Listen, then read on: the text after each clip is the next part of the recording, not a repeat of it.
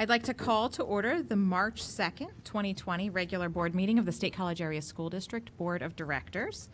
Tonight we have a special guest with us. Mingyu Andy Liu is a fifth grader at Mount Nittany Elementary School in Susan Hipp's classroom. On February 12th of this year, Andy became a United States citizen. The next day, Principal Mark Feldman invited Andy to lead the Pledge of Allegiance for the entire school. The video of Andy saying the pledge instantly went viral on the school's Facebook page, garnering over 5,000 views and became an inspiration and point of pride for all of us. So we asked Andy if he could come tonight to once again lead all of us in the Pledge of Allegiance. Andy is accompanied this evening by his mother, father, grandfather, his baby sister Ashley, and his friend Parker, along with Principal Mark Feldman and his teacher, Mrs. Susan Hipp. So without further ado, Andy.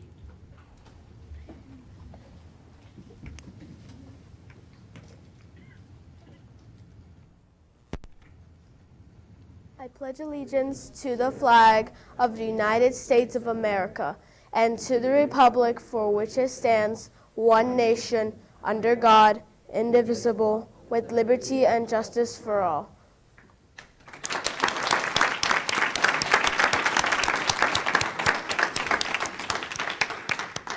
Thank you so much, Andy, and thank you to all of your family for being here this evening and supporting you. Congratulations. Okay, board members with an agenda before you, are there any changes to the agenda? Okay, seeing none, then I'd like to thank everyone who's here in attendance, as well as those of you who are viewing from home, and to thank everyone who was here earlier this evening for the student art exhibition as well, along with our art teachers who were here supporting their students. At this time, we have first I need to announce that the board held an executive session prior to this meeting regarding negotiations, a legal matter, school security, and student discipline, and an executive session February 17th regarding student discipline, a legal matter, and personnel. So with that, we will have communications time. Dr. O'Donnell? Thank you. Thank you, Andy. You did a wonderful job, and we greatly appreciate you coming out this evening. I'd also like to welcome and thank our art faculty members. That was a wonderful celebration before we kicked off the meeting. Before we have our high school student government report, I'd just like to share that we did share an email today with our school community regarding the situation with the coronavirus or COVID-19. We will share an update later this week, following our ongoing collaborations with a leadership team for the community. So that'll be sent out before our break. Just want to let you know how seriously our district is taking the situation and monitoring it, both with our regional team as well as with the Department of Health. So as soon as we learn information, we will pass it along to the school community. Obviously, the biggest concern is what happens if we close schools, and that's why we wanted to get that iteration out to just in case parents haven't been thinking about how they'll handle child supervision if that were to occur. So more to come on that. I just wanted to point that out. If you didn't open your inbox today, please do so. So with that, I would like Ashley and Joy Zhu to join us up here for a update from our high school student government leaders. We appreciate you coming out this evening. And I know we have a work session, which we still need to schedule for later this spring. We have the topics nailed down, so appreciate that. So welcome, the floor is yours. Thank you. Can you hear me? Is your mic on? No, it is. Yes. Okay. Thank you. All right. So first, we wanted to thank everyone for having us. We've been having a pretty busy year this year, and we're trying to get many things done before we graduate at the end of May. So first, I think the most important thing that we have been working on is tackling sexual assault in our school district and at our school. Ever since the board passed a new policy back in November, we've been really trying to incorporate it into our students' lives so that other people find out about it. So currently we're working on a video, a series of videos we're trying to do around 4 or 5, and we're trying to bring in different administration members, teachers, club advisors, coaches and students, and we're just trying to turn it into like an informational series of videos telling people what the policy is, how to report it, what it entails, and then just like the resources available at our school. And so thanks to our administration and our Human Resources Office Director, Mrs. Pierce, she helped us turn it into a script, and now we're further dividing it and asking like the most prominent members of our school community to help join us in on this. And so we're trying to do that, and then later in April or May, we are trying to run like an awareness week where we help like offer support for survivors and tell them like what it is and stuff. So after that, or at the beginning of this year, we worked with our environmental club, and we really wanted to ramp up composting at State High since with our new initiatives where we've turned to, instead of plastic, our cafeteria now uses like paper for like ketchup cups and such like that. We wanted to increase that, and so that our student body was aware of it. So we asked them to make a video, and since they're the experts on it, they made a video telling everyone like what to compost and like what it does and why it's good. And now we're trying to work on getting them like more buckets for composting. And they said that they have seen an increase in compost in our school after they sent out the video. And it's actually really nice because whenever we get our lunch, I actually find that I'm not throwing anything away into the trash can. So it's been awesome what our school has been doing in terms of composting and environmental consciousness. So I'm going to turn it over to Iris. All right, can you guys hear me? Mm-hmm. So to continue on what Joy said, one of our recent projects was regarding one-way mirrors in the locker room. Originally, the high school building, in the new building, all the locker rooms have one-way mirrors in them, which means that in the offices, teachers can see out into the students' changing areas, but to the students, it just looks like a normal mirror. And a lot of students were a little perturbed that they didn't know about this, so the administration at the high school was really responsive and put up signs informing them what one-way mirrors are, and now there is more transparency between the student body and the administration, and I think the entire student body, especially those using the changing rooms, are more grateful for that. Furthermore, we visited the Kerwinsville High School and really the entire school district, since their entire district is in one building, in fall of 2019. And since then, we've discovered that our high school has a lot of advantages, and we want to reach out to other high schools in the area to make sure that we're staying as involved as we can with our community, improving our sense of family within the new building, and also collaborating with others to ensure that the opportunities that we have aren't isolated to just this wonderful area. Thank you for supporting us. Okay, so looking forward, what we're doing is we're planning a voter drive for the last week of March, basically just encouraging our seniors that are 18 or about to turn 18 to get out and vote, whether it is for the primaries or for the general election. And so we're working with the League of Women's Voters, and we're trying to get them to come in and just kind of encourage everyone to vote. So we're going to be running like a little ad campaign before saying, like, make sure you know your driver's license number or like the last digits of your social, and just to encourage like voter participation, since it's kind of a duty for everyone to have to get out there and vote. And then, of course, working on our videos and trying to become more environmentally conscious. And of course, anything else that the students bring up to us, like we forgot to mention, but earlier in the year, our freshman students mentioned a lot of things about their structured study halls, and so we helped them kind of limit how they felt about that a little bit. So we're trying to listen and bring in ideas from not only like our upperclassmen, but our freshmen as well. So, yes, that is it on our part. So, questions?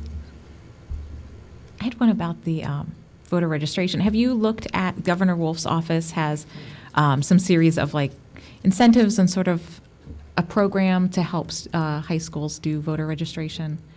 It might be worth looking at, because I think when you achieve a certain percentage of eligible voters in a high school being registered, there's some potential rewards or something to that effect, right? Because Gretchen, you had looked into this, right? Yeah, and I've made announcements about that. I just have to say, though, I have heard from that you don't actually get the awards. That would not be good. So, and I think State High is, check into it. I think State High has already accomplished that level, but maybe if you contacted the governor's office and said this was promised, and because there's supposed to be a reception, and you get to go meet state leaders within the government, and we were given a presentation at the Pennsylvania School Board Association, and it sounded really neat, and they really wanted people to be doing it. So I would look into that. You can go to the website and see what's advertised by the governor's office, and then I would just contact them and say, do you really get this if we achieve this? So maybe if you put a little pressure on, it'll happen. Sounds Good luck. good. Thank you. I have a quick So I'm really excited about your efforts at sustainability, and we're working on a sustainability policy right now, and we're looking forward to bringing it to you, to students, and getting some thoughts about it, and seeing if there's anything else that your wonderful brains can think of that perhaps are not necessarily on our radar. You seem to be able to see through the blind spots that we have, so we'll be bringing that to you. Thanks. We actually read it because Dr. O'Donnell forwarded it to us, so we made a few notes on it. But I think It's rough. That was rough. Yeah, you underlined like the draft part, and we're like, okay, it's a draft. We'll look forward to a conversation for sure. Perfect. Yep. Thank you. We do have some ideas. So Good. Other questions? Thank you. Thanks for coming out. Yeah, thank you so much for Seeing you. being Thank here. you. And we're looking forward to doing a work session with you all to Yes. discuss some of Perfect. these issues more in depth. all right. Thank you. Guys. Thank you. Good night. Okay, so at this time, we have time for our legislative update. Lori? Well, we haven't had a meeting, but I think it's Okay. worth to note that grants have been awarded for safety across the state, and our district received $45,000 for the purchase of technology and costs associated with training and compensation for counselors and school psychologists. So always welcomed dollars. Great. David, anything from your side? Okay. All right, and then the Center Region COG Liaison report. Do you have a? I was not able to attend that, but I know you were. Amber, can you give that report? So at the most recent COG meeting, which I was able to attend, there was a pretty extensive update, which we'll want to follow in regard to upcoming road projects over the summer, many of which are in areas right around our campuses, including Valley Vista, and O'Brien Lane is going to be resurfaced next to our high school campus this summer, which is good news. There was an extensive discussion regarding the solar power purchase agreement working group process. The group is getting ready to release an RFP. The first thing that we need to do is have each of the member entities to agree to a memorandum of understanding. So that is coming. I think that will be on our next board agenda.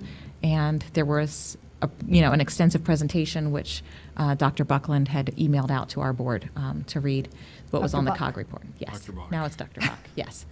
What was on the attachment that was on the COG agenda, which anyone can find online if they would like to go look at the COG agenda from last Monday. So is there anything else about that we need to update, do you think? I don't think so. I think you covered it. All right. Okay, then at this time, we have time for public comment. If anyone who is here would like to make a public comment. Okay. All right, then seeing none, we will move on to routine approvals. Is there a motion to approve the routine approval listing as presented on the agenda?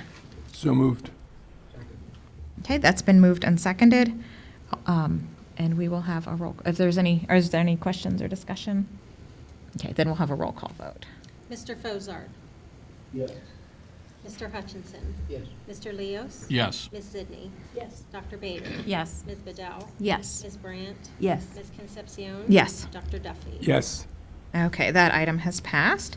Moving on to action items. Item A is a motion to approve a purchase agreement with Solution Tree Incorporated for the workshop presenter, Dr. Eric Twaddle. This is shown in attachment 5A. So moved. Second. Okay, that's been moved and seconded. Questions or discussion on this item? Yes, Laurel?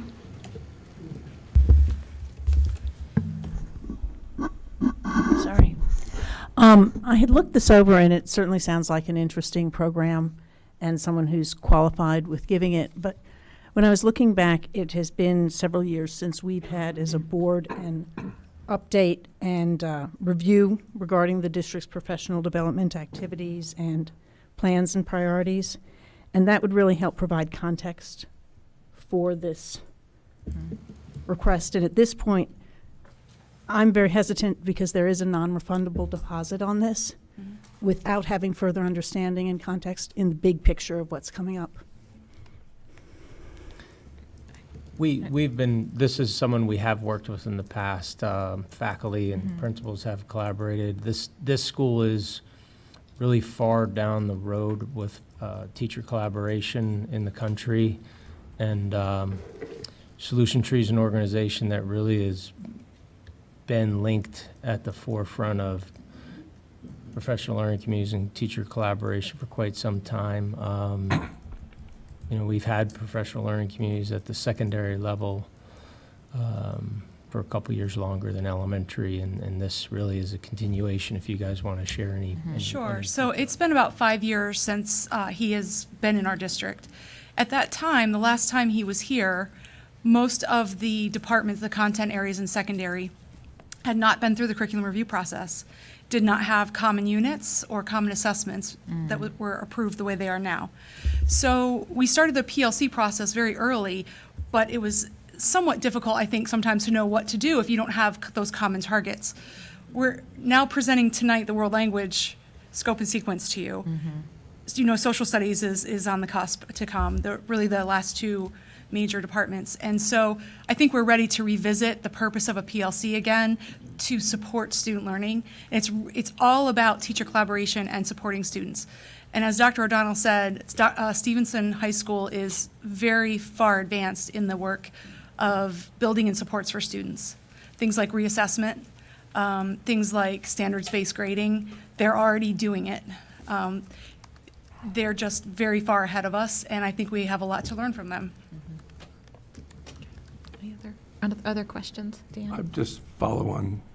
I don't think I was on the board, maybe the last time there was this opportunity to talk about that particular high school and the training opportunities available for it. So for me, I've heard about Stevenson. People are flying out there to learn stuff and then coming back. And I've never quite understood what the purpose was in relation to our larger goals, either in terms of staff development or in terms of curriculum development. So it's valuable to be able to kind of catch up. And like, as Laurel's saying, I think it'd be valuable to kind of see, okay, this is where we were, this is where we're going. This is the connection we're making with this in terms of what the district's goals are in relation to the strategic plan, let's say. So it'd be helpful to the extent that you can kind of quickly give an overview of that would be helpful.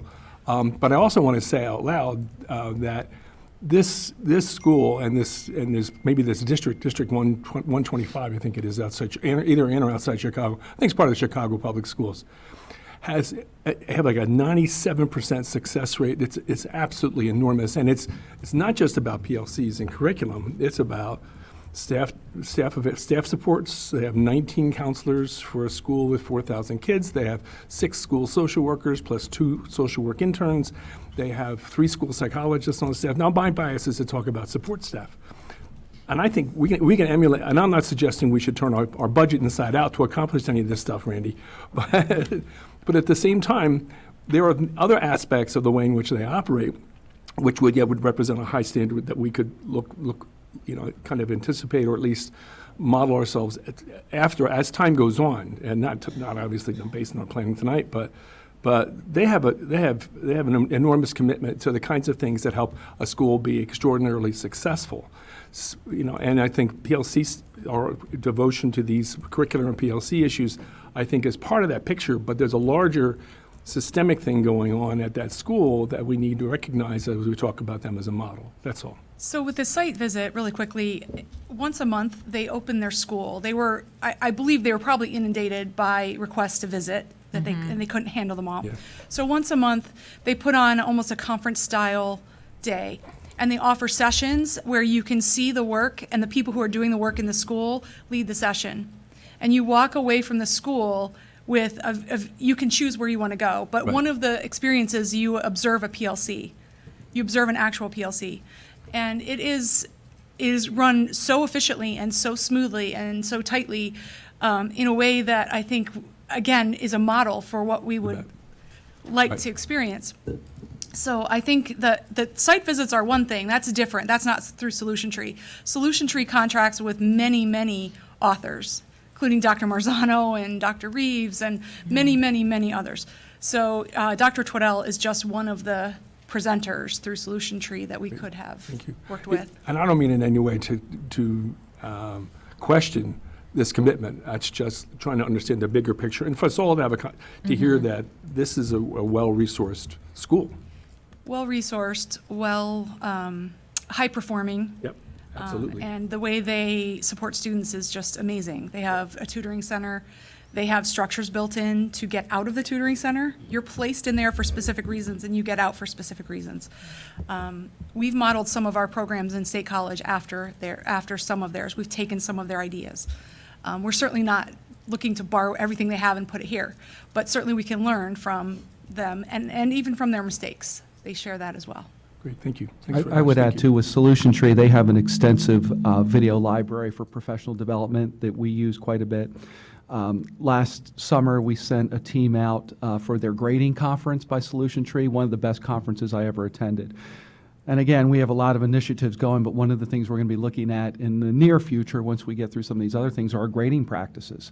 And I'm sure they will be a valuable resource in that process as we move forward. So we have a pretty long-standing and I would say very positive relationship with them in various different initiatives that we've encountered. Thank you. Thanks for catching me up. Because I've heard echoes of this over time, and it's really helpful to get to see hear the story behind it. Thank you. Okay. Questions over here? Anyone else? Yeah, Laurel? Just one more question. I know when we recently did approved a contract with the Center for Restorative Practices, in that they actually had separated out a daily fee, but also time for prep work in terms of something that would be individualized to this district. Do you know if that is part of what is planned in this, that it will be specific to this district? Yes. It will be? Yes. Once we sign the contract, then we schedule a call to start planning for the actual day, the nuts and bolts of the day. And he will ask more specific questions about what we're looking for and be able to provide that. That's very helpful. That wasn't really clear to me, so I'm glad to hear that. And I would still like to have that overall, because it's still it's a lot to commit. You bet. So that would be very helpful to have. Scott, did you have any questions? No questions. Okay. All right. Okay. Any public comment on this item? Okay. Then we'll have a roll call vote. Mr. Hutchinson? Yes. Mr. Leos? Yes. Ms. Sidney? Yes. Dr. Bader? Yes. Ms. Bedell? Yes. Ms. Brandt? Yes. Ms. Concepcion? Yes. Dr. Duffy? Yes. Mr. Fozar? Yes. Okay, that item has passed. Item B, and thank you very much. Item B is a motion to accept the construction documents and grant permission to bid for the elementary playground projects as presented in attachment 5B. So moved. Second. Okay, that's been moved and seconded. Questions or discussion on this item? Really glad to be at this point where we're ready to move forward. So, Laurel? Yeah, I'm glad we're here too, and I wanted to thank you. I know I've sent in several questions, and I really appreciate the getting back to me, and I agree that it's time to go to bid and find out what's going to happen with these. And I just wanted to say there are a couple of things I'm hoping for at this point. And the biggest is that when the students come back next year, they will have playgrounds they absolutely love. And part of that is that they are in place, and also that they turn out to be even better than we've imagined for them. The second hope is that they come in significantly under budget, because I still think I'm concerned about the cost of these playgrounds with others that we want to do in the district and how we'll manage that. And that in that regard, I'm disappointed that with what we're expecting to pay, we don't either have more of the types of features that we had been looking for in a nature-based playground, be they loose parts and digging things and more plantings. And I realized that those were constraints made by trying to keep them within budget. Or on the other hand, perhaps more traditional equipment. So I do hope they come up with under the budget. And the last thing is just to note, the memo that accompanied this said that the playgrounds across the district are not shrinking. We really haven't done the rest of the playgrounds, but at each of these schools, these playgrounds are smaller than what they had pre-construction. So I thought that was worth clarifying. Yeah. Metcalf was, that was a statement from Metcalf, and I believe their intent was that the playground that they inherited, they weren't involved in the construction project, did not shrink as a result of their work. And I'm speaking, that was how I read it, but they said it, and I understand, Laura, you're correct. We built bigger buildings, so our playground areas pre-construction did shrink, but not post-construction. Mhm.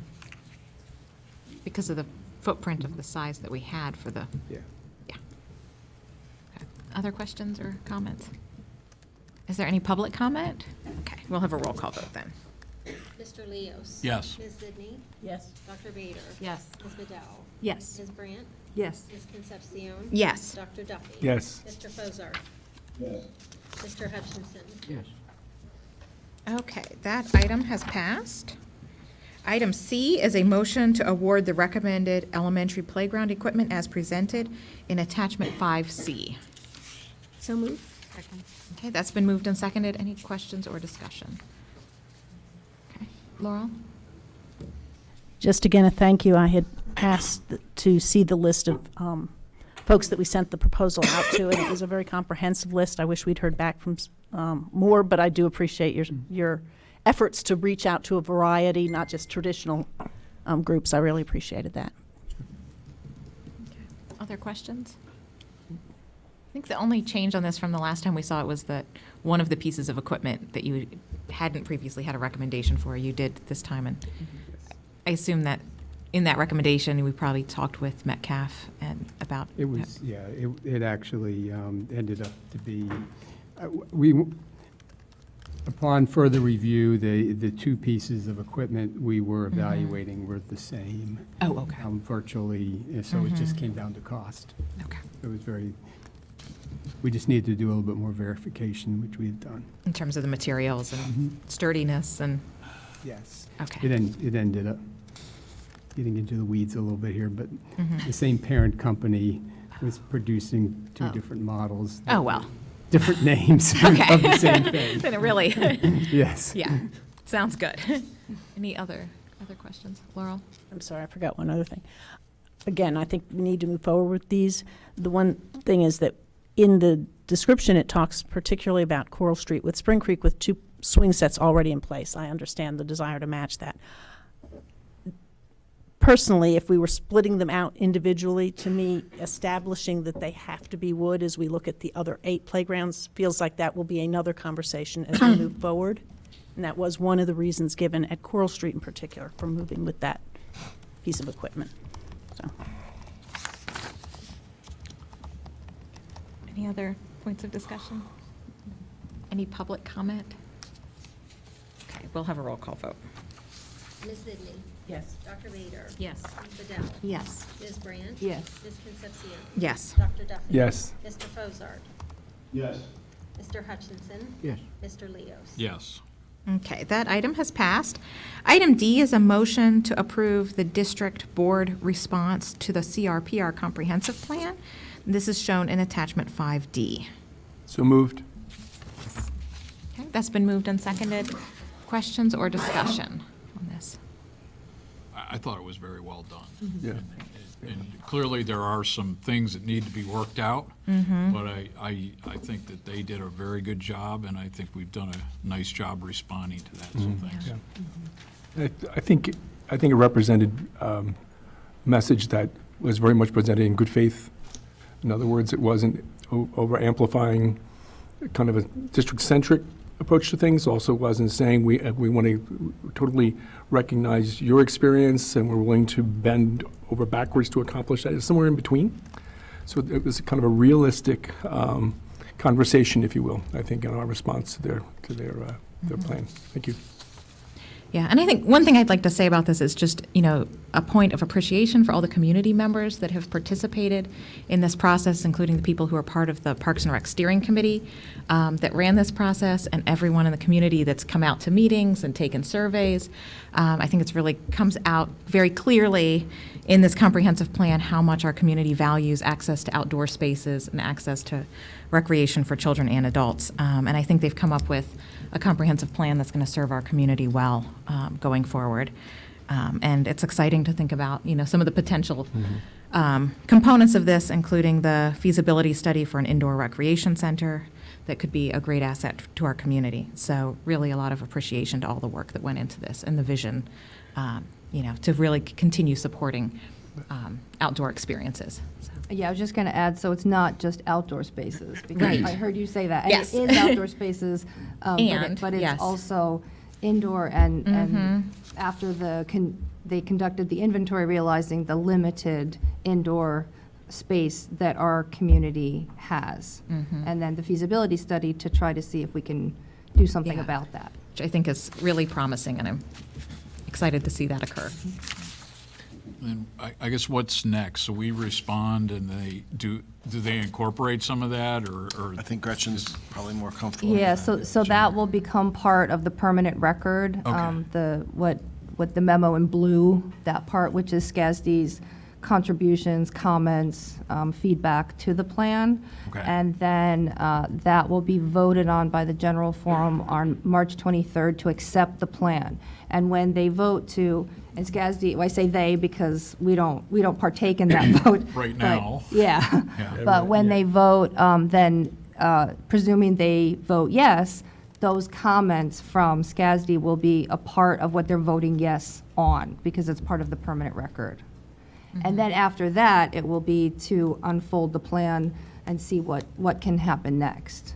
Yeah, and it's, our chair of the committee, Bruce Lord, constantly says this is a living document, right? So that should be constantly revisited and executed.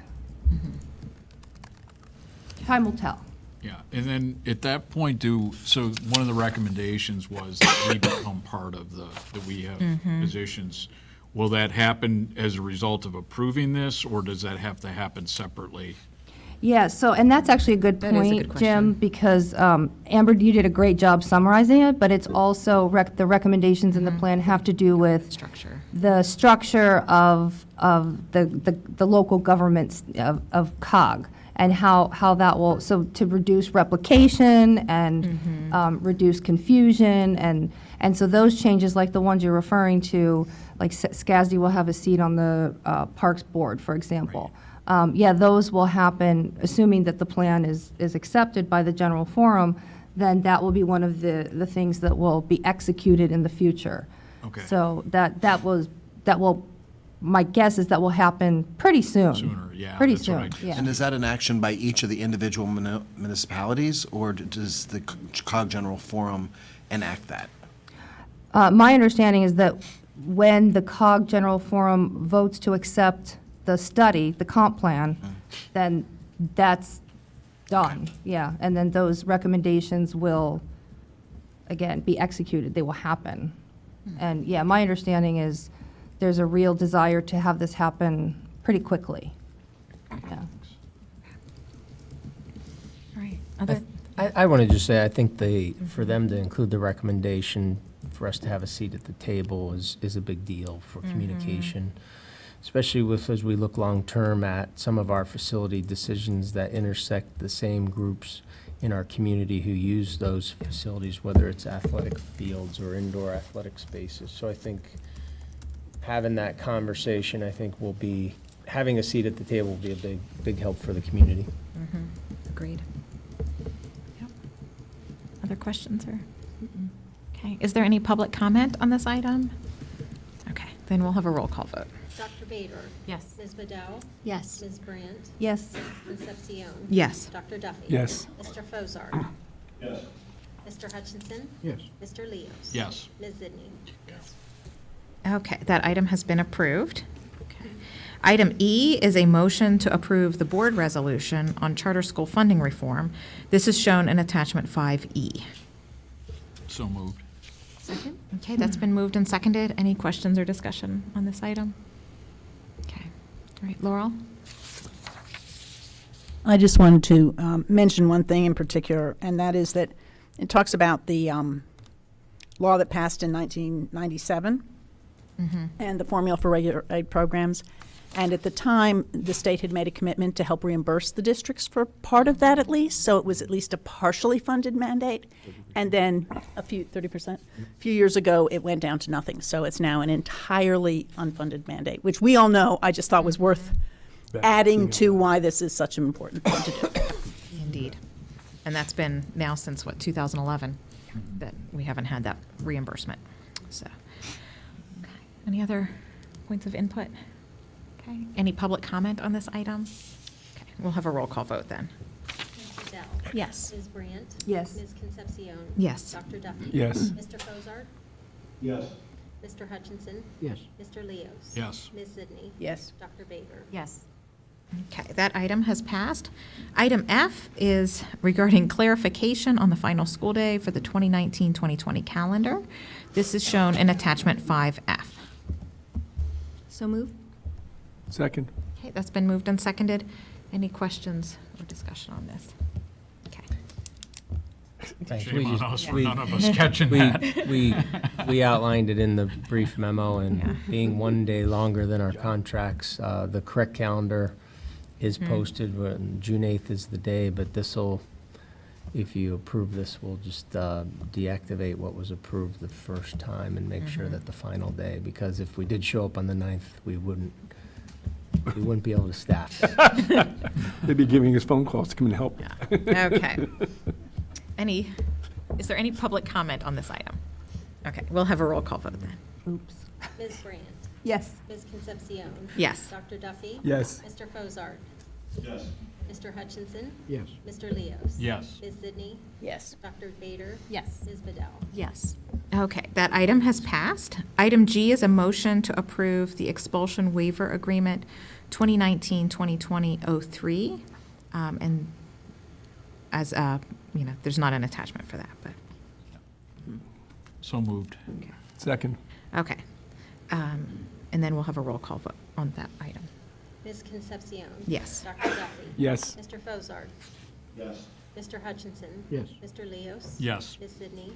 Yes. Dr. Bader? Yes. Ms. Bedell? Yes. Ms. Brandt? Yes. Okay, that item has passed. Item H is a motion to approve policies 908, 908R, and 908.1. This is shown in attachment 5H. So moved? Second. Okay, that's been moved and seconded. Any questions or discussion? We have Linda Pierce and Jonathan Klingeman, who worked on these policies with us in the policy committee as well. Thanks for the marked up one. Even though it was in red, it worked. Needed bold and italicized too. Well, the other one's brand new, so Yeah, there wouldn't right. be any more. Right. Yeah. Okay. And this is another instance where there's regulatory changes at the federal level that trickle down to us, where we need to adapt and accommodate our policies to conform with the expectations, because the money will follow compliance with these regulations. And the way these are written right now, under the guidance of Department of Federal Programs, we won't have to ever change the policy unless ESSA changes. Never say never. Until they tell us we have to change it. How's that? Okay. Is there any public comment on this? Oh, I'm sorry, Laurel. When was this added to the agenda? I think it's been on there. We did it once. We did it once in policy. Information. I'm sorry, I hadn't seen it on today's agenda. It was there. It was on when I read Yeah, through it. yeah.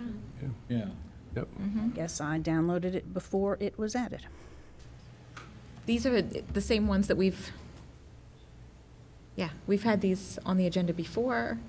We've Yeah, been I in just- Information, policy yeah, com- we did Yeah, that for last information meeting. discussion. Yeah, my agenda for today ends in with G. Okay. Okay. All right. Any other questions? Any public comment? Okay, we'll have a roll call vote then.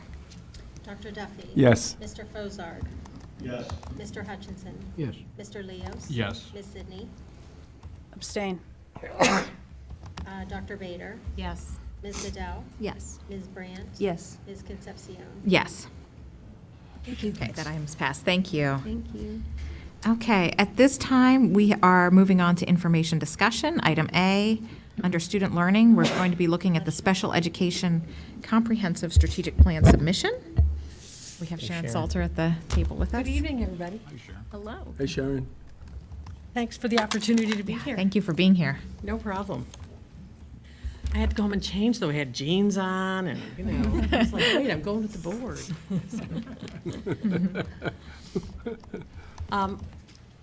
I sent an email to Bob, and not an email, memo to Bob in early February that I'm hoping you've all seen, and you all received my email with a request to review the plan draft that we've put together. It's posted on the website for folks to look at, along with the current plan, which is good till the end of June.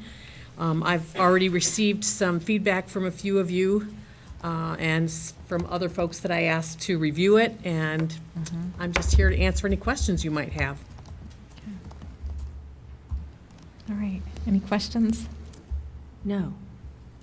Just so that you know it, the timeline for this is that it's posted on our website through the 15th of March. We have to have it up for 28 days for public comment. We went to CCL with it last week. I'm here tonight, and I'll be back in a couple of weeks for a final vote. And then it will go to PDE for approval. Thanks. I think we had a good discussion in CCL last week Yeah. on this item. How are parents being made aware of that? Do we? Well, I've asked special ed teachers to notify parents, and if that hasn't happened, please let me know that.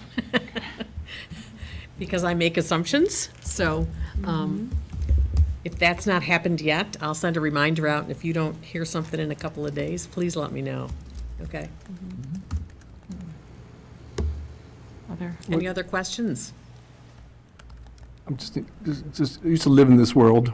Yeah. That's getting me longer and longer ago now all the time. But one of the things we talked about in CCL was the fact that the local, as the saying goes, the LEA, Local Education Agency response to this mandate, it represents an effort to basically tell the state and the feds that we are fulfilling their requirements that they publish through regulation. But that there are basically two tiers of response to this. You can do it at the basic minimal compliance level where you're just following the letter of the law, or you're through the support and commitment and the effort on the part of the local school district can exceed those requirements in giving kids what they need, essentially. And so I think there are elements within our programs that represent aspiring to those higher expectations, higher norms, if you will. One of them being the Penn State Lifelink program. That's being an example of something of high value that exceeds what under least restrictive environment might occur, having kiddos just stay in a school, housed inside a school for additional 3 years, as opposed to being out into the world, out in an controlled environment where they get a chance to experience the challenges of everyday life in ways they would never have an opportunity to within a high school. So I think that's important to say, that there's minimal compliance, and then there's a program development that aspires to a higher standard, our standard. I just wanted to mention that in terms of the way to interpret what you see in that report. Seems to me. I'm just one of Appreciate mine. that. The other piece that's important, and this is thank you to Laurel for her feedback and some questions that she had for me. This is a snapshot. This is one moment in time. Numbers change from day to day. Numbers of kids identified change from day to day. When we have some final decisions about our budget moving forward for next year, that may or may not change what's in the plan, and we're mandated to go back and update it anytime a change occurs. So we do have to do that. So what the numbers you see in the current draft will definitely change by the time we submit it to PDE, and then the very next day they'll change again. But in that moment in time, that's what the numbers will be. So that's the other piece that makes this a very fluid kind of document that changes all the time. Well, that does, I didn't realize that piece of it. And so that raises a question for me in terms of how frequently are you updating this? How often, is there sort of a check-in at certain points where you have to go back in and? We have to do it for the big things. So for example, when we opened new buildings, we had to go back in this past year and we had to resubmit the program profiles for the new building classrooms. Okay. And we had to have the room numbers, and we had to have the square footage of each classroom entered and put in. Now, do I have to go in every time our total number of IEPs in the district change that at the state level? No. But I do have to go in, and we will have to make edits if we add a teacher. Okay. And therefore add a classroom, or we decrease a teacher and get rid of a classroom, then we have to go in and adjust those program profiles. So it's really systemic. Right, it's the big pieces of special ed that we would have to go change. Currently, we are working under our RTII model for our evaluations for kids who are being considered as LD in reading at the elementary level. We're also in the process as a district of developing our MTSS programs. Once that happens, RTII falls under the umbrella of MTSS. So we will have to go into the special ed plan and update that component of the special ed plan. So when you do those updates, is that something you're able to do online? sort of Yes, we do seamlessly it with the online. department? It goes to our PDE advisor, Shannon I. She gives it her stamp of approval. For example, when we had the new building, she had to come out and walk through the buildings with us and see the spaces and say, yes, this is okay, no, this is not okay. Oh, by the way, you got to buy blinds and cover these because we can't have these kids in a fishbowl kind of thing. Those kinds of things had to happen. Interesting. Okay. Yeah. Good to know. It's all about the federal mandates. Yeah. It's important. Yeah. Well, it protects kids too. It protects kids, yeah. Yeah, I don't have complaints. Yeah. It's just time consuming. I'm sure. Yeah. All right. Other questions? Okay. If, as you look at it, you have questions, please just shoot me emails. I'm happy to help explain things, and if my explanation isn't clear, just let me know.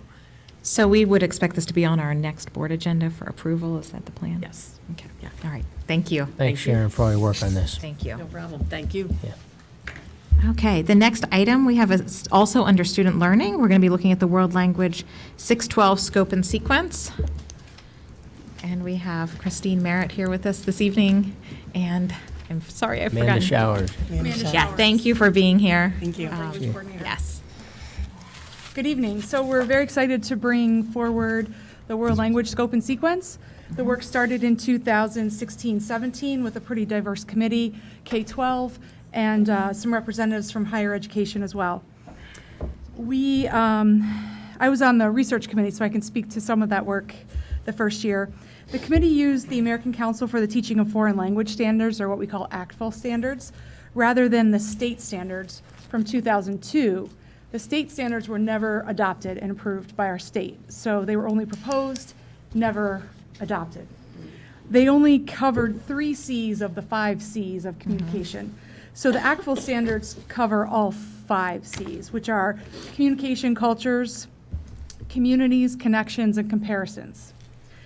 So we felt the ACTFL standards were just a much better fit for us for our work. They really emphasize communicative competence over isolated concepts of language. And our revised scope and sequence courses really increase the rigor of what students will experience in world language, making them hopefully more fluent as they progress through the language. Each unit, with the exception of Latin, has the 3 communication standards of interpersonal, interpretive, and presentational as focus standards. So they will be assessed in those 3 areas, along with some additional standards that go along with those. And we're excited about the middle level review process to see if 6th grade the schedule may align a little better with 7th and 8th grade. And our goal eventually would be to look at 6th grade and change it from the flex model into where they select a language and begin a language earlier instead of a short experience in sixth grade. With that, I think we'll turn it over to any questions that you have. Well, yeah. So, Scott?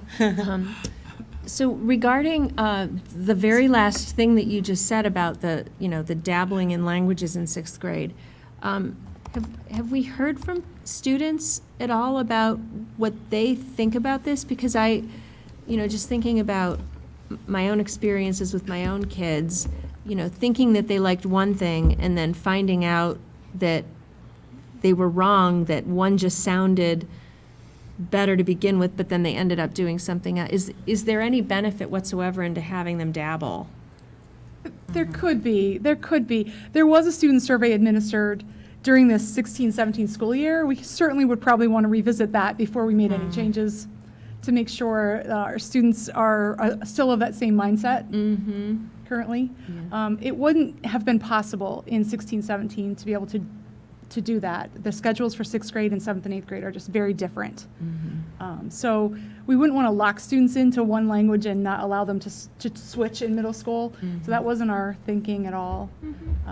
So we're still dabbling with that idea, but that would be something we would want to look at to be able to help students to learn more and become more fluent, acquire the language. And Chris, didn't you also mention that you, in making this shift, there would be some coordinated effort to give some fifth graders some kind of experience or exposure or some means to do some exploration on their own before they decided? Absolutely. Whether it would be a video series and or some engagement in the classrooms and things like that. Yes. Yeah, so it wouldn't just be like, hey, You what wouldn't do you just want? say check a box. Yeah, right. Right. It would hopefully be an informed decision, yeah. And then this is just sort of for my own edification. Are there, do you see that kids who are engaged in language classes in sixth, seventh, and eighth grade, when they get into the high school, are they sticking with that language and then also adding Chinese, or do they just drop it and go to something else? Like, what's your experience with that? Well, many of the students who start a language in sixth grade do see it all the way through high school and continue, but oftentimes we have several students who are studying Chinese or Arabic or Latin who pick that up as an additional language. Okay. Yeah, I wondered if they were doubling up. Okay. Some do, yes. With the scope and standards that are here, if we were to want to add another language, for example, are you able to, we wouldn't necessarily need to come back and reapprove the world language curriculum at that point, right? Like, you could can you take, the standards that exist in the languages here, and then? We would probably bring that back to you because in the middle school, for example, we have A, B, and C, like French A, French B, French C, and then it's French 1, 2, and it goes on 2, 3, 4, 5. I see. So that would probably be something we would want to come revisit back with if we were you. going to add it. Yeah. And see how it makes, so that world language then fits in with this approach that's here for these languages. Right, currently. Yeah. Yeah, because you see across languages, it's the same sequence, in the same unit. yeah. So we really liked that unification across languages, which doesn't currently exist. Right, so you can expect to achieve a similar level of fluency, Exactly. whether you choose French or German, for example. Yes. But Right. It's the other thing standards are I gonna think be is similar. really interesting about this curriculum, we were very excited about, is the units are sort of interdisciplinary. You see that they're talking about the environment and the arts and culture and other things. It's not just about learning words. How to order off a menu. Yeah, order off the menu. So we're hoping that they can discuss and converse and communicate and understand in lots of ways. Yep. Tap into lots of interests. And didn't you also mention in CCL that this also would remove the conflict for students between choosing whether to go more intensively in a language and give up tech ed versus with this new structure by starting in sixth grade, we would not now force, the schedule wouldn't require kids to make that choice. Yes. They would leave just as fluent as our current structure. Right. So I know that's something a lot of parents have voiced that Thank you. they had some big concerns about. So this would remove that problem. Okay, Laurel? I wanted to just double check something quickly. when they're done here in middle school, we would expect them to go into what grade level at the, They would go into level 2. and what do they go into now if they've done the 7th and 8th, the full year? Is it They also go into level 2, Okay. but it's a more, like, the new curriculum is a more rigorous, kind of more developed level 2 than what they're currently going into. So for some reason, I had in notes that last time we reviewed it, which was well over a year ago, they'd been actually, the idea had been that it would go into level 3. But even so, one of the things that I'm concerned about, I like the idea of eliminating that conflict in 8th grade, because I dealt with that with my own family, and I would like kids to be able to get a full language experience and also tech ed. At the same time, it seems to me for those students who have been taking full-time language in 8th grade, switching to this will reduce their seat hours in language, and It's that true. is a concern if we're then also saying at the same time you're going to be at a higher level. So that's one of the concerns that I had. The other one, I really like the way these align and the way the curriculum is structured. The only thing I'm wondering is where, to me, part of the benefit of a world language is the way it helps you with English in terms of, and that's the grammar piece and all of that often reinforces things. And I'm wondering how much of that is in this type, because it is more experiential, which is more appealing and probably more long-term value, but there is that piece of reinforcing. Well, so when we designed this curriculum, grammar is not off the table. It's just not the main vehicle that we're using to develop the units. So within every unit, there are structural themes and components that the students will study. So that piece that you were talking about will still be part of it, Okay. just not the centerpiece, if you will. Okay. Well, I had looked back for it. I know we got it at the time. I could not find it. You probably have it somewhere in your records, but we had gotten a review of how many students were in each level, and it was already slightly over half that were doing the all week long language in 8th grade. So that's over half of our student body, and that's why that is a concern for me. So. Yeah, I would echo that.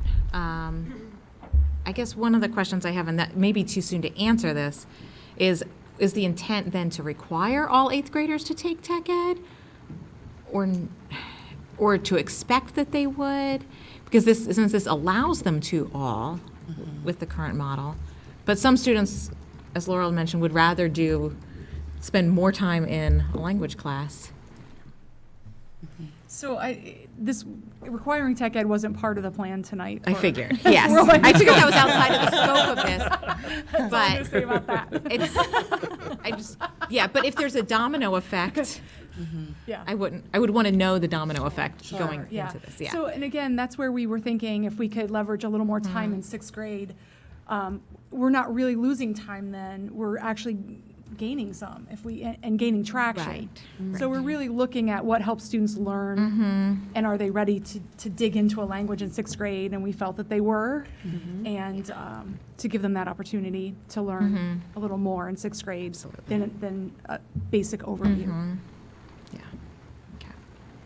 All right. I just want to make sure that wasn't an assumption that was underlying I this. just very much appreciate the change in focus that and all the work that went into getting there. And I'm hoping that, I'm sure you are too, that more students will be engaged with this than we've experienced in the past. Yes.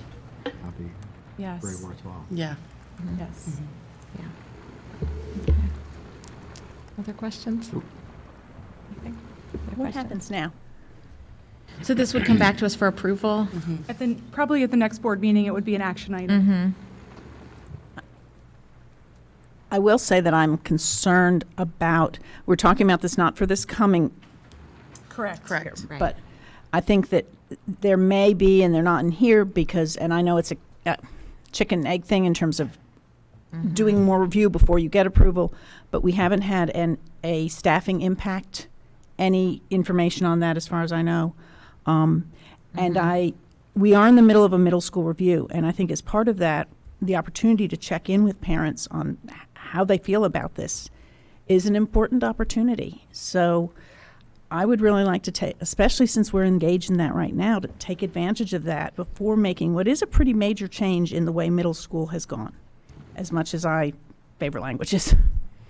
So there's no doubt that this tech ed world language conflict that this resolves has been a long-standing problem and debate where kids feel forced to make a choice where they are really backed into a corner. So there's no doubt you did that. I would suggest if the board wants to see conversations with families around this, that happens this year, so that because we're going to do programs with forms for the middle level review in the fall.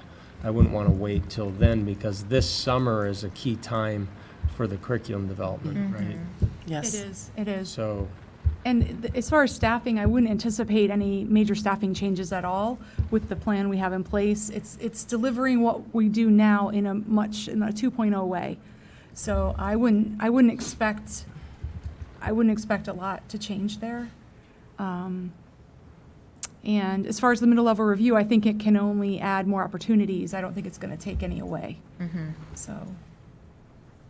if anything, it could open up more opportunities for kids in the high school, the more students that have a level 1 language coming out of the middle level, whether it's more language experiences or other. Right. Right, because right now, if a student chooses to take tech ed, and I mentioned this at CCL, but if a student chooses to take tech ed, then they're not on track to go through to AP or IB.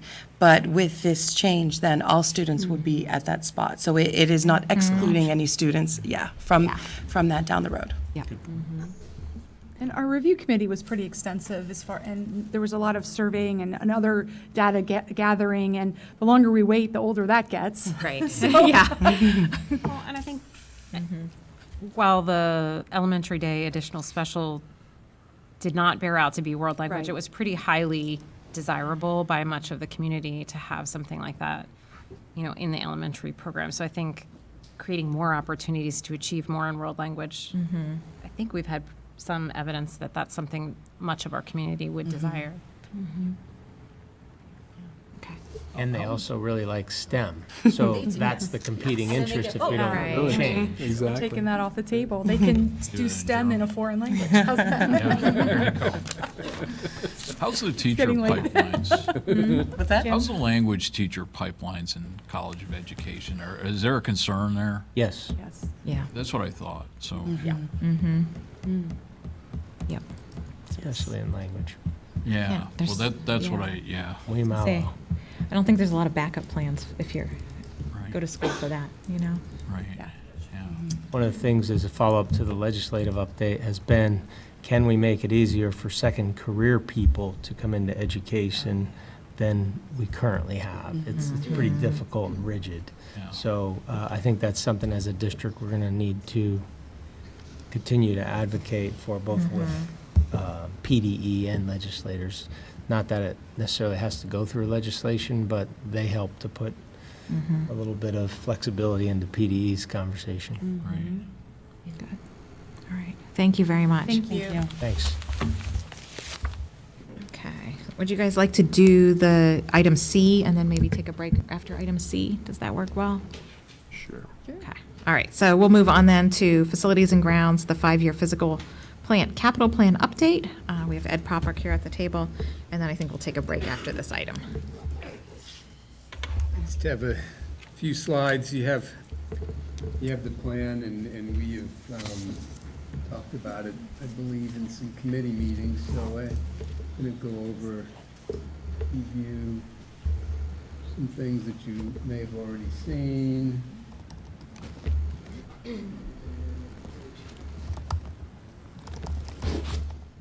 Get down there. I got that one to work.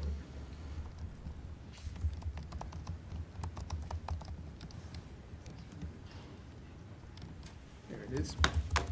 Okay. Just a little bit of, again, you have the full plan in your handouts for this evening, but just highlighting some of the key points and showing a few graphics. This plan covers maintenance-type renovations within our physical plant budget. This is not a capital plan that's a facilities master plan like we would do for, as we did for our high school or elementary school projects. It doesn't attempt to address curricular changes or program needs. This is simply about old roofs, old boilers, keeping buildings up to date in terms of mechanical and electrical plumbing systems, and making sure that our buildings are physically survivable while we look at bigger items in other plans. The report, again, encompasses maintenance and renovation type projects, and the plan does not represent holistic building enhancements. So speaking to that specifically, some of the things that are not included in this plan are the future of Fairmont Avenue building, the impending need to do massive renovations or replacement at Park Forest Middle School, any attempts at addressing outdoor athletic venues, some planned renovations to our North Building CTC shops, and addressing our physical plant building needs, and the playgrounds we just talked about. I'm going to talk about our buildings in terms of age with a couple graphics here. One, just stating ages of buildings, and then talking about the planning cycle for how we work on keeping these buildings fresh and viable, as well as replacing them when necessary. Our oldest building is the Fairmont Avenue building. It was the original construction, and it was built over at least three, and I believe maybe four projects. The first was a wood frame 3-story structure built in 1914, which does exist for the most part. I believe, I don't have a historical record of it, but just in snooping around the building, I believe the 1914 building was somewhat larger than the current wood frame structure currently is, and when they added some appendages onto it, they removed some pieces. But there is a vestige of that 3-frame wood story structure facing Fraser Street, and it says State College High School over that door, as well as the door on Fairmont Avenue itself. The newest part of that building is the 1942 section. So obviously, among many other reasons, age itself is going to force us to make some critical decisions with the Fairmont Avenue building.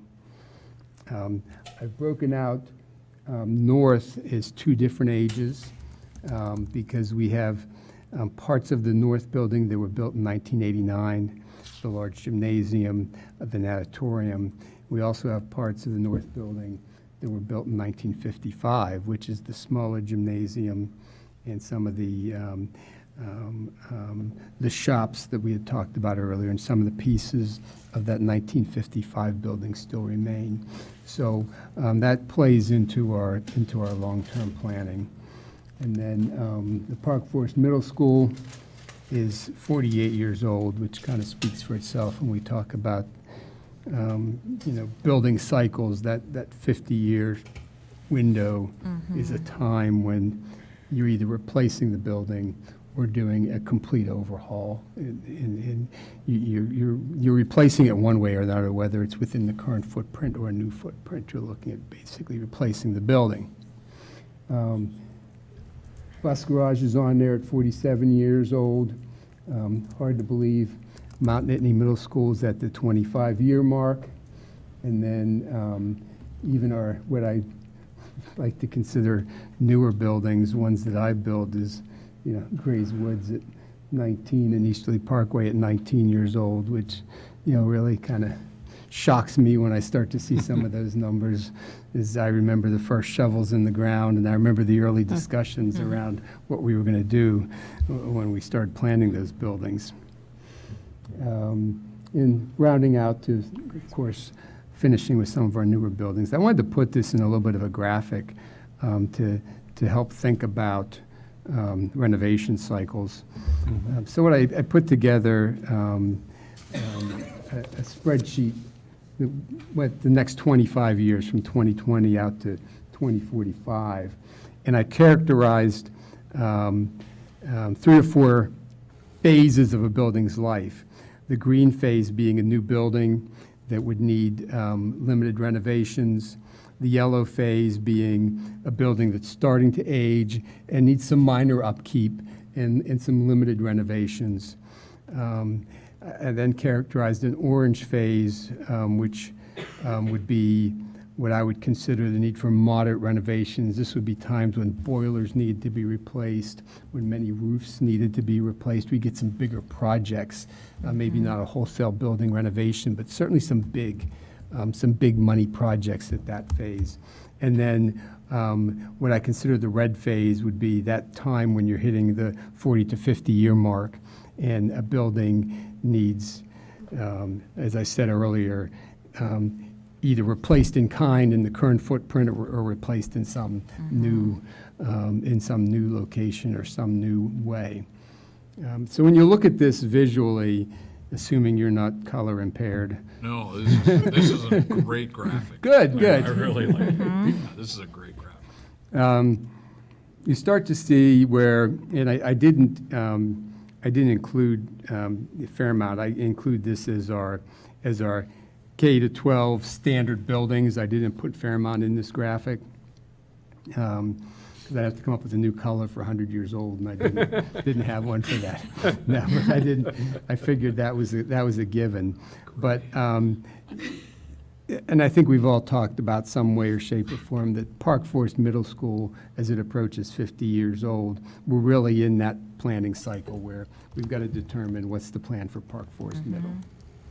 I think where this graphic really gains some value is when you get past Park Forest Middle, there's a period where there's not a whole lot of heavy-duty facility planning going on. However, that's followed in rapid-fire succession by about 5 buildings, boom, boom, boom, that hit almost recreating what we've just lived through for the last 2 or 3 years. And, this might be a time to start thinking, in that mid-range is how do we want to space out these building needs so that we don't go through these big ebbs and flows of, massive buildings needs and then, fall back. And so without suggesting a solution, I thought it was a good way to at least open up that thought process to some of the long-term planning as we look at Park Forest, thinking about not only Park Forest but what's after Park Forest.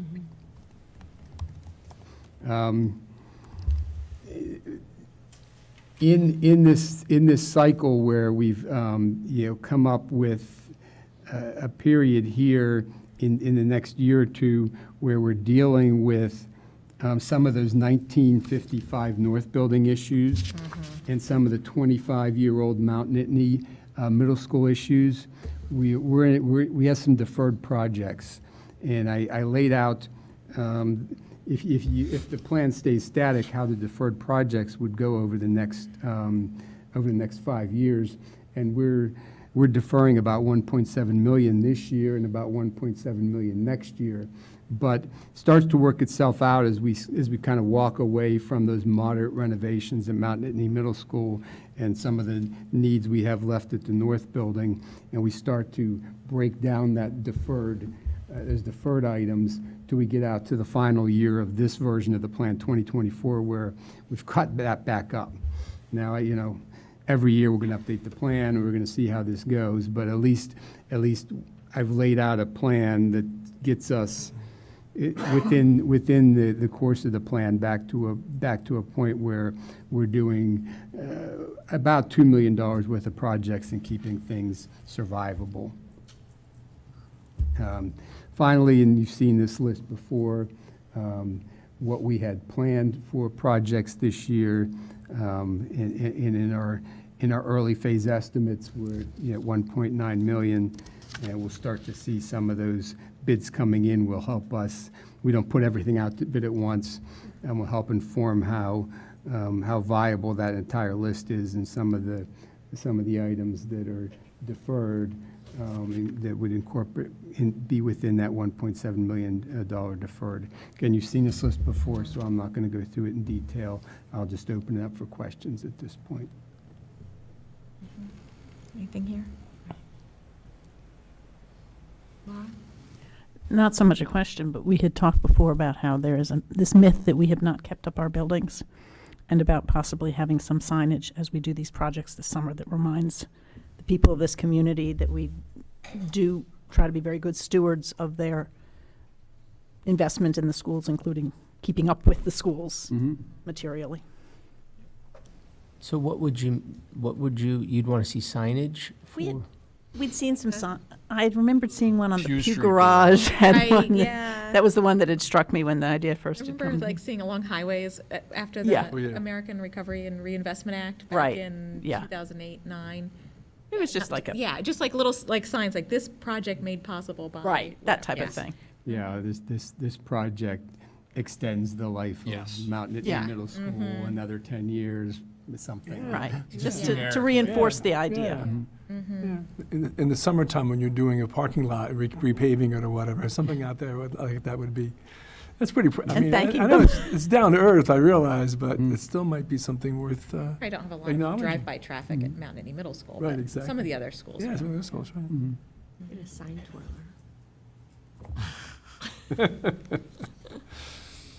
It's all good, Ed. Great. It's all good. Great. Well, thank you. I think Thanks, Ed. it's critical that we continue making sure that this is a priority in our planning. Yes. So, yeah. All right, thanks. Okay, so I think we will take about a 5-minute break now before we transition to the next item then. So.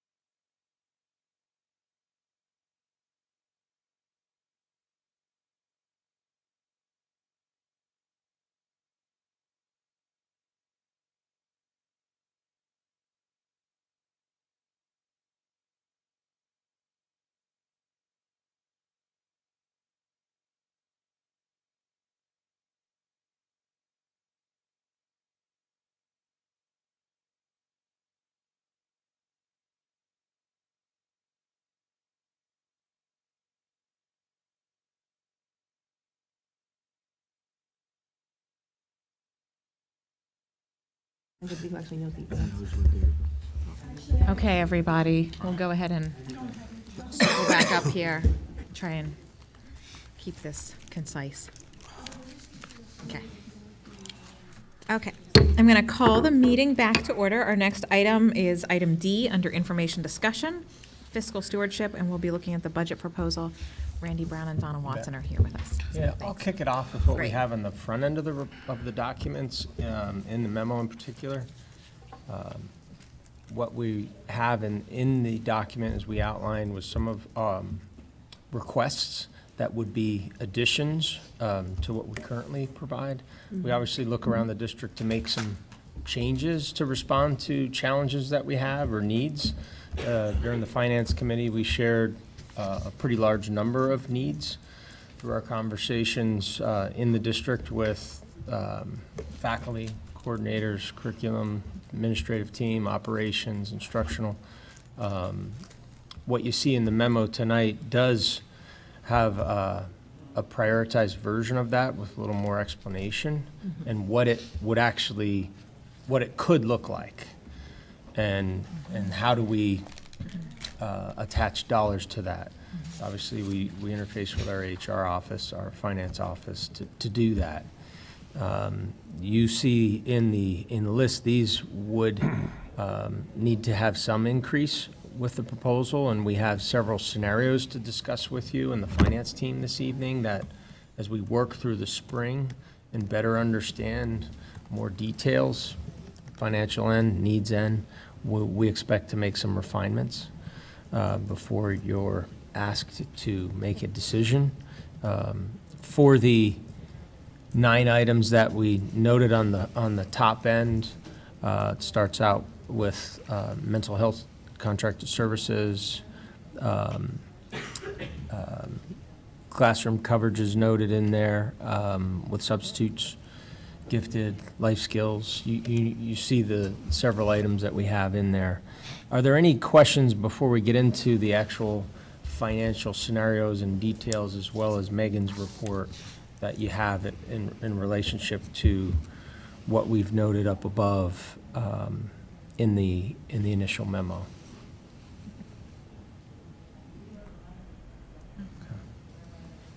Thanks. I'll turn it over to the finance team, and we'll have time to revisit these for discussion as well. Right. So thanks, Randy.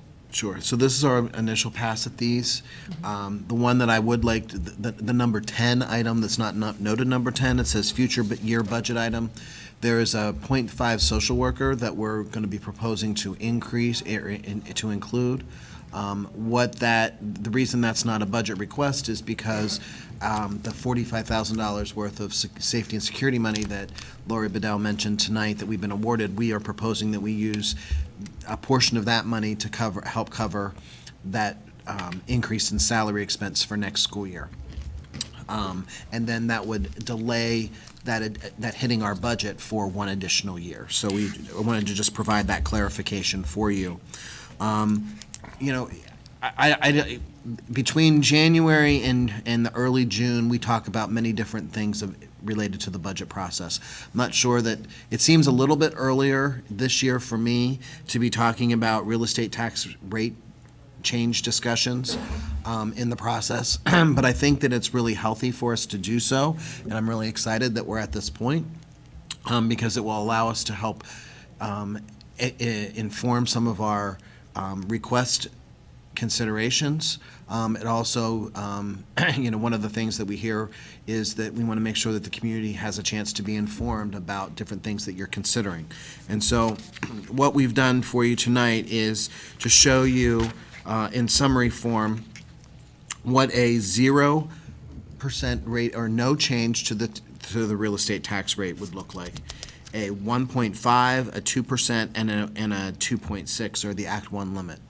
And obviously 0 and 2.6, they are what they are. It would be no change, or it would be the maximum that you could do as far as an increase. 2% is what we had been talking about. That's what's in our long-term budget projections. And then 1.5 is essentially where we could come in a little bit lower. And then, as we've shown, in this document, that would result in about a $500,000 shortfall of expenses greater than revenue. And that's not something that we show you often, but it's just to show you that if there is a desire to explain, if there is a desire to keep the tax rate a little bit lower than what we've been talking about, what kind of quantifiably, what kind of difference we're talking about, and where we would need to do some refinements on expenses, or maybe look for some additional revenue areas, or look for ways to institute certain programming through our requests in different manners, so that we don't need that additional expense, and we would do some things a little differently. So on page 3, I'm sorry, it's on page 4, I apologize. So what we're trying to do is show you in later pages what this 1 year revenue and expense looks like in these 4 different scenarios. However, what Table B shows on page 4 is something a little bit new and different, and that means that in those 4 scenarios, we have our 28-29, which is year 9 of our projection. We need to go to year 10, but we haven't just added that to our schedules yet. We'll do that for the next time we have conversation. But looking at total fund balance, general fund balance, which can be designated or undesignated, and capital reserve, what would the impact of these 4 real estate tax rate changes have on our fund balance in 28-29? And you can see that if we did no increase, not only would there be a shortfall of revenue in this current year, but potentially our projections show that we would be $31 million short in revenue, or lower in revenue, fund balance in that final projection year. At 1.5%, it cuts it to a $15 million decrease or net change. 2%, it's about $10 million. And 2.6%, it's about $2.6 million. Now, note that what we're using to compare is our ending fund balance at 28-29 that was projected back in November. So the major difference between those 2 time periods is that we're proposing about $1 million worth of adds to your budget. So when we show the 2%, which is about the same that we've been projecting, or is the same we have been projecting, that difference of $9 million, that's where that came from, essentially, is that we've added for this next year $1 million worth of services or positions, and then that carries through out in those 9 years. Okay. That's a pretty difficult conversation to have, and all of the supporting documents that with all those many different columns we have not provided tonight, because we want to focus on just these 2 high-level concepts. One is tax rate, possible tax rate changes in the first year, and then just showing you that if you make that change or consider those changes, one of those 4 different rates, what does that have for one point in time out in your projection year in your future?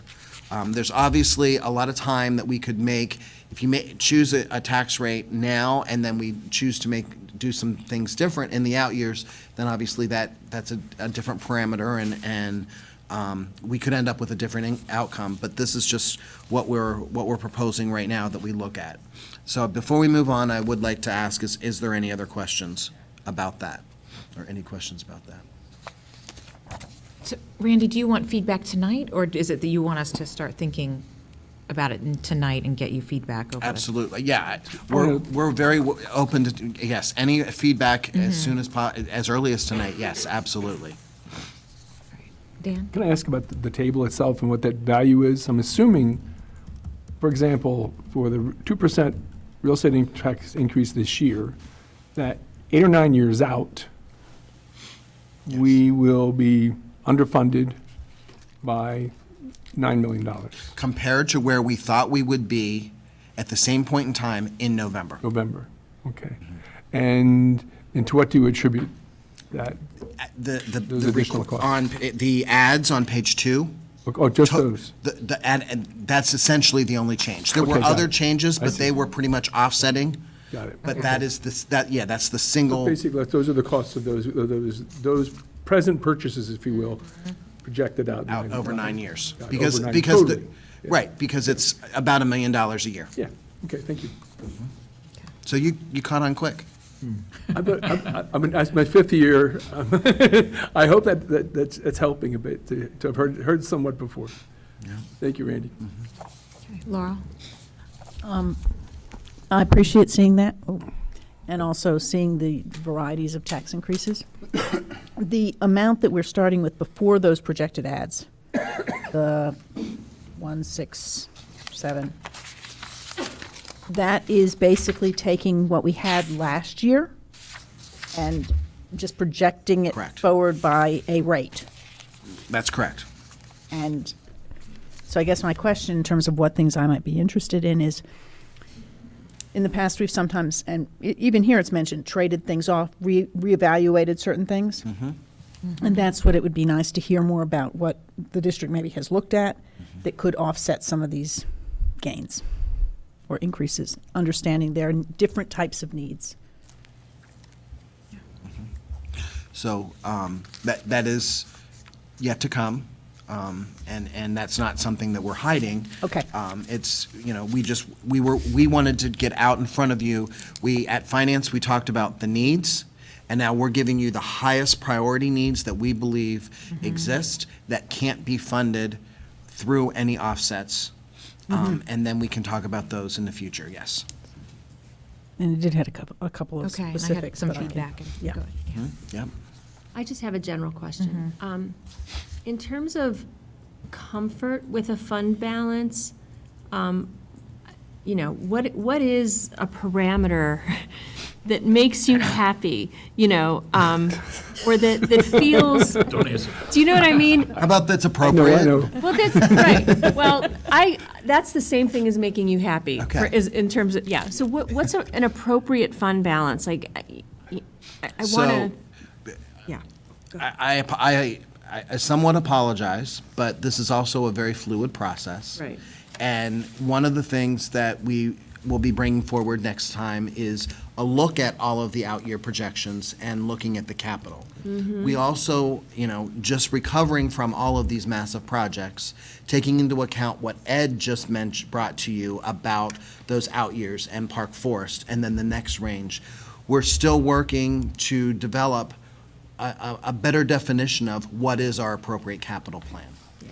So I'm not trying to ask you to evaluate something without all of the information, but yet we kind of are. We're trying to give you part of it in small pieces as well. And this is how we're able to get it completed. But also, as we're developing this scenario, different scenarios, the one-year budget, the multi-year budgets, and then the capital, as we engage in this conversation, we can take different pieces of it, and that'll help us to develop that scenario. But if you remember, and I know you're what, on your second or third year here? I'm in 3. Okay. It just seems like yesterday, Lori. There you go. I know. But we've done, especially when we did borrowing, issued bonds Yes. for debt for the projects. We did multiple different iterations of the capital plan. Right. And so we're not varying from that at this point in time. I mean, a $30 million net change to fund balance really causes me some angst. Yeah. And for I sure. think that is, but that does not mean that a zero if there's a desire for no tax increase, then that just challenges us to work together to find another way to not have that impact on capital if the desire is to have no tax increase. Same with all of the others. Right. So it's just a comparison that Yeah. if there is no tax increase, it can have positive impacts in the year one, but all else being the same, it has negative impacts in year 9. And yes, we are working to develop that plan and provide you more of that information. So that's good feedback and good understanding. Great. Okay. Thank you. Jim? No, I think I heard a lot of this. Okay. Yeah. Amy? Yeah, I guess looking at the volatility that we've seen in the markets over the past week, I think just thinking about how do we be cautious over the next month or so as we're moving through this process. I think that keeping the tax increase as in a range where we're meeting our needs and we're being responsible about planning going forward with, we know that we have items like Park Forest Middle School coming up, but then also thinking about, stress in the community if things don't go the way we would hope in the markets over the next month or so. And at our next meeting, we'll talk a little bit later about some of the things that we're going to talk about in future meetings, and specifically next meeting, we're going to go through revenue. And talk about some of the driving factors and some of the factors that can cause our revenue to grow even without us trying, some of them that can cause our revenue to decrease even without us trying. And so why we tend to be what we call conservative, and the conservative on revenue is different than conservative on expense. But how we try to manage those expectations and that volatility. And you're right, it's been a number of years where we've seen a lot of the negative volatility on the revenue side, but it can happen. And and in my time here, it has happened. And so because of those experiences, they've caused me to be more to act and make recommendations in such a different manner. Yeah, I guess my sense is bringing it in, at a rate that's as low as is reasonable. Correct. So. Right. So Table A then on page, I guess that would be page 5, just gives you a synopsis of the revenue expenses at each of the revenue sources. Excuse me. Bless you. And then the revenue over expense, or if it's a negative, then it's an expense over revenue in each of those scenarios. And then the following pages would give you the detail of each of those. And quite honestly, the revenue is the same. It's the expenses that vary. The revenue is the same except for the real estate tax revenue. Okay. So there's a lot of information there, a lot of it also repetitive, but that's what a lot of our information is it becomes a little bit repetitive. So if there's no other questions there, I'd like to, and we will talk about what's coming next at the next meeting, but I'd like to let Megan just fill you in briefly. She did report to the Finance Committee as well, so many of you have heard most of her information, but she can just provide a brief highlight here for you and on how things are going. So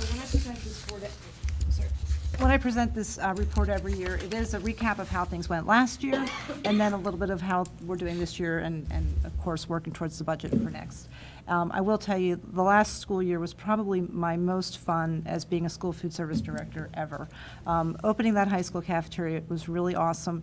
I think kind of just a hallmark of being a school food service director is you're used to working with 1950s, 1960s, 1970s equipment, trying to serve a student population who wants, something from today.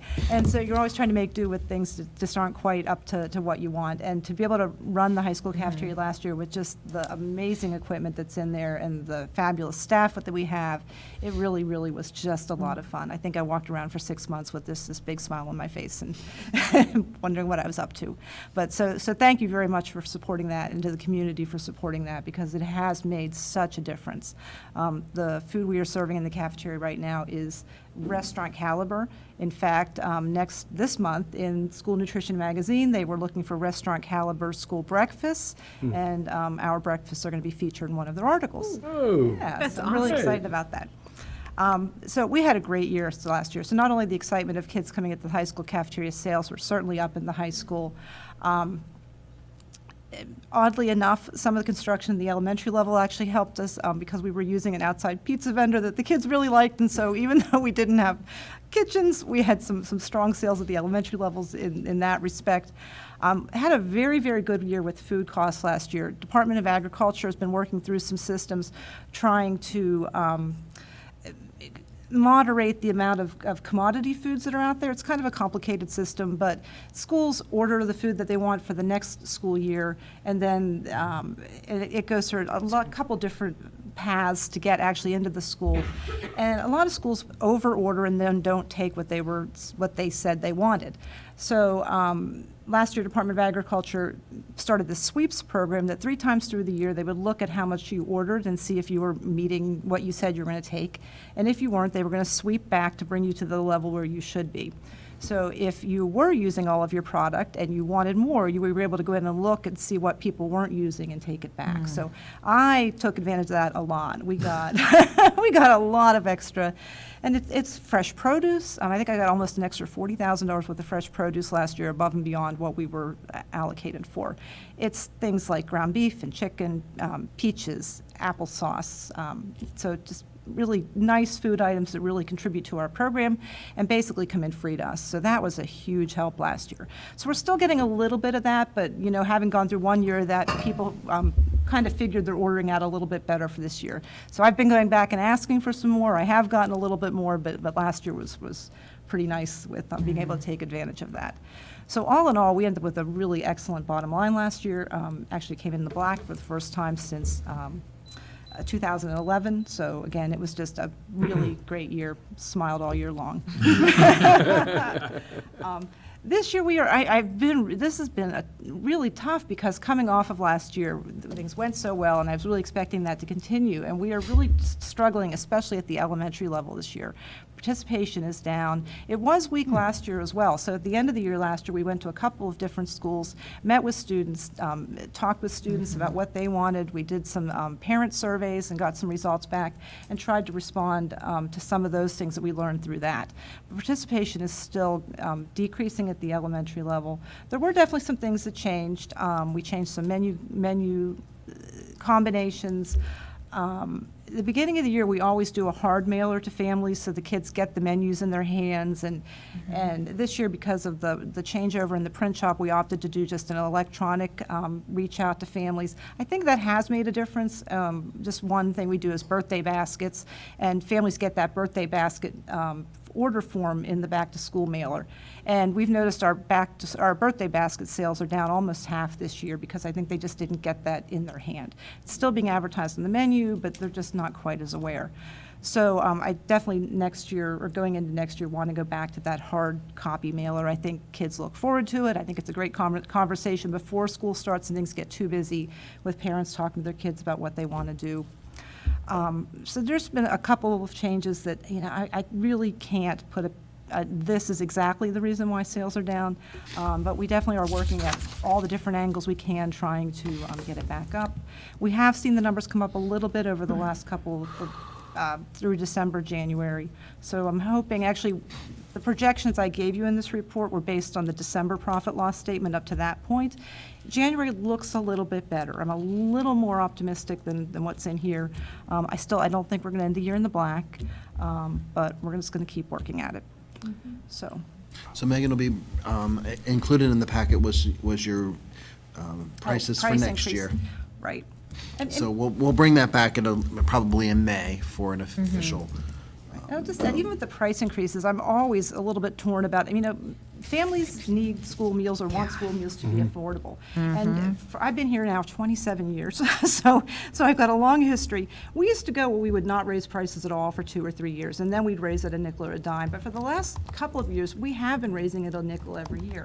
But the reality is, with the level that our wages are increasing, the rate increases for medical insurance and for retirement, those things are increasing at much more higher percentages from year to year than they did 27 years ago. So we're raising prices about a nickel every year, and I do think, certainly there are families that look at that and wonder, It adds up over a month or so. Right. I still think it's a great value for what our children are getting, but I also know as a family you're budgeting, and so we are recommending a price increase, but I do bring that Hesitantly, exactly.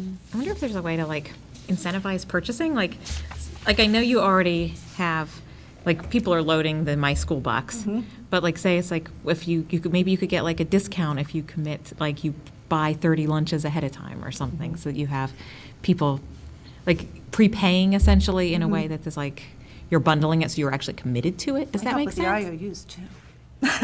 Yeah. Yeah, I don't know, but a way to incentivize something. The we more can you take a look buy at. or commit to, you could get like a slight discount or something. Good idea. Anything else for Megan? So I just want to mention the pie chart's really helpful. You're talking about those costs that you're facing. The cost of the raw material itself is Oh, one-fourth. We're the food the total service cost. department, but that's what we spend the amount of money on. Right. And- It's people. More on the You're paying service than the food. People, you're basically paying for the people involved, of course. Right. So I shared with the finance committee, I had just a lot of technology issues right before this report was due. We had upgraded some software on my computer, and then I got a new laptop, and I got it pulled together. But I had plans to do something a little bit different for you this year, so next year is the year. But in my mind, I did want to give you that pie chart, like 20 years ago, 10 years ago, because the percentage on payroll, it's less than half up to, it really has shifted quite significantly over the years. And that's a reality. Yeah. Thank you. Laurel? Well, it is a reality, but at the same time, those employees are district employees, and there are so many districts that outsource, and I know it's lumped into food service, but that's a little artificial because they really are. Still part of the cost of They're part running of the the cost district. of providing the district and these children, people who are, and people in the community, so that's how I look at it instead of just the bottom line. Agreed. Oh, yeah, I agree. Yeah, I didn't mean to suggest otherwise. Yeah, no, I was reinforcing, sorry. Okay. You can just look across the PSERS line, and you Yeah. can see Oh, yeah. where, it's not the payroll hasn't jumped. The reality of running a school food service program is, I am supposed to control all of this, and there's a lot that we just, Not we reasonable. manage the best we Right. can, but a lot of decisions are out of my hands. Yeah, that's not within your control. Thank you very much. Thanks, Megan. Thank you. Appreciate it.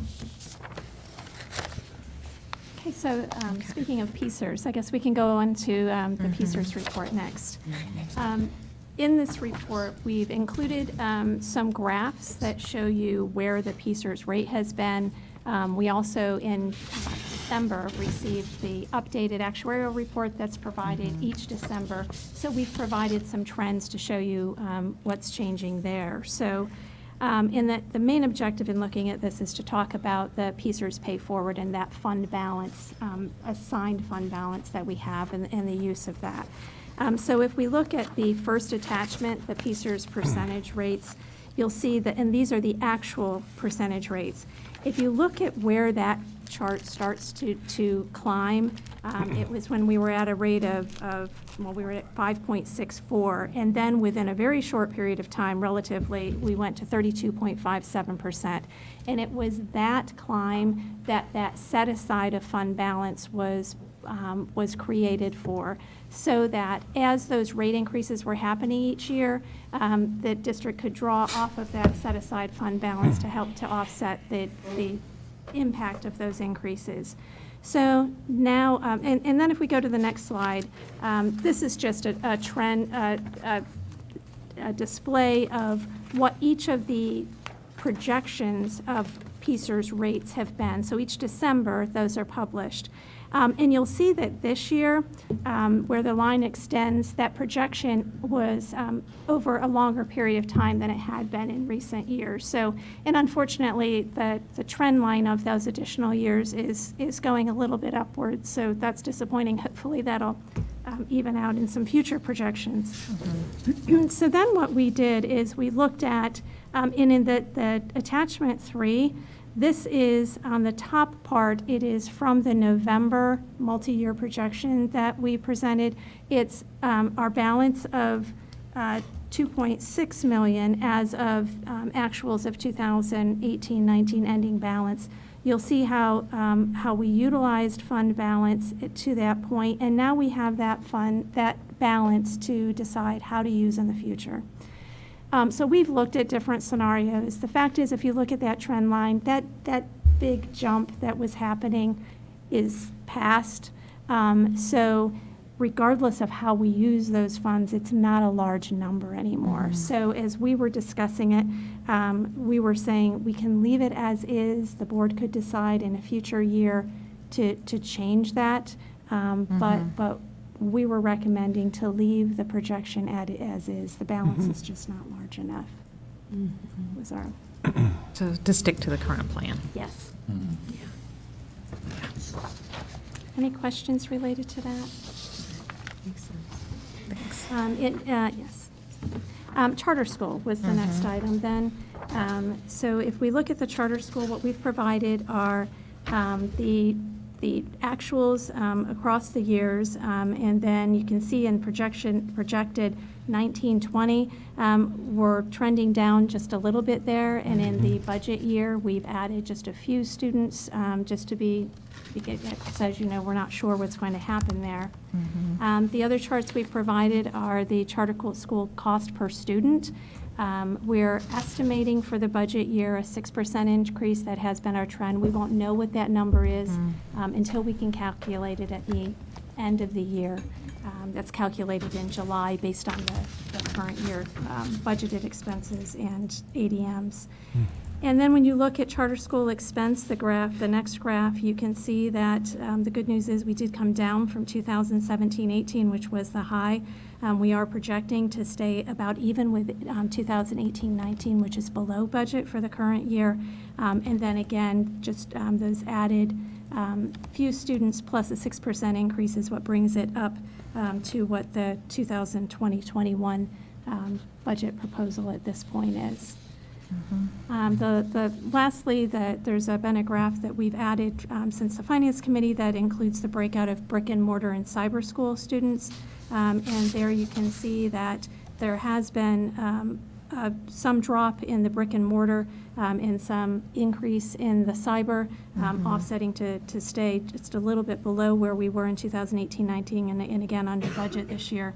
And the other thing that we talked about in Finance Committee is the fact that the governor's proposal on charter schools would benefit us in that the rates would be down, but the folks at PASBO are recommending we not include that in the budget, but just for your information. Any questions on that? Yeah. When you talk about the increase, a nominal increase, basically 6% from year to year, that's not due to increases in enrollment, it's just due to the costs, so our tuition costs, essentially, that gets passed on to them through the formula that they follow, that we're required to follow. So it's just the fact that our costs per student have increased by 6%. As we invest more in our students and programs, right, we lose more. That's a tax on our right. investment. Yeah, really, exactly. And as and as you should be reminded, that remember that we're providing them tuition dollars for programs that they don't typically provide either. Right. So it doesn't follow a budget increase on their part. Correct. It's basically representing our adding value to our kids' education, and we just throw money at them. Correct. Well, including when you consider the amount that we've needed to invest into gifted education and the psychologists to test for this, and when they're not required to provide gifted education. That's right. And we're being required to do the testing for their students. Yep. Correct. Yep. It's a interesting conundrum. So. Right. Right. So before we talk about future next steps, is there any other questions or comments about the information that's provided, holes in that information that would make it more clear for you in the future? PSERS specifically? Or? No, everything.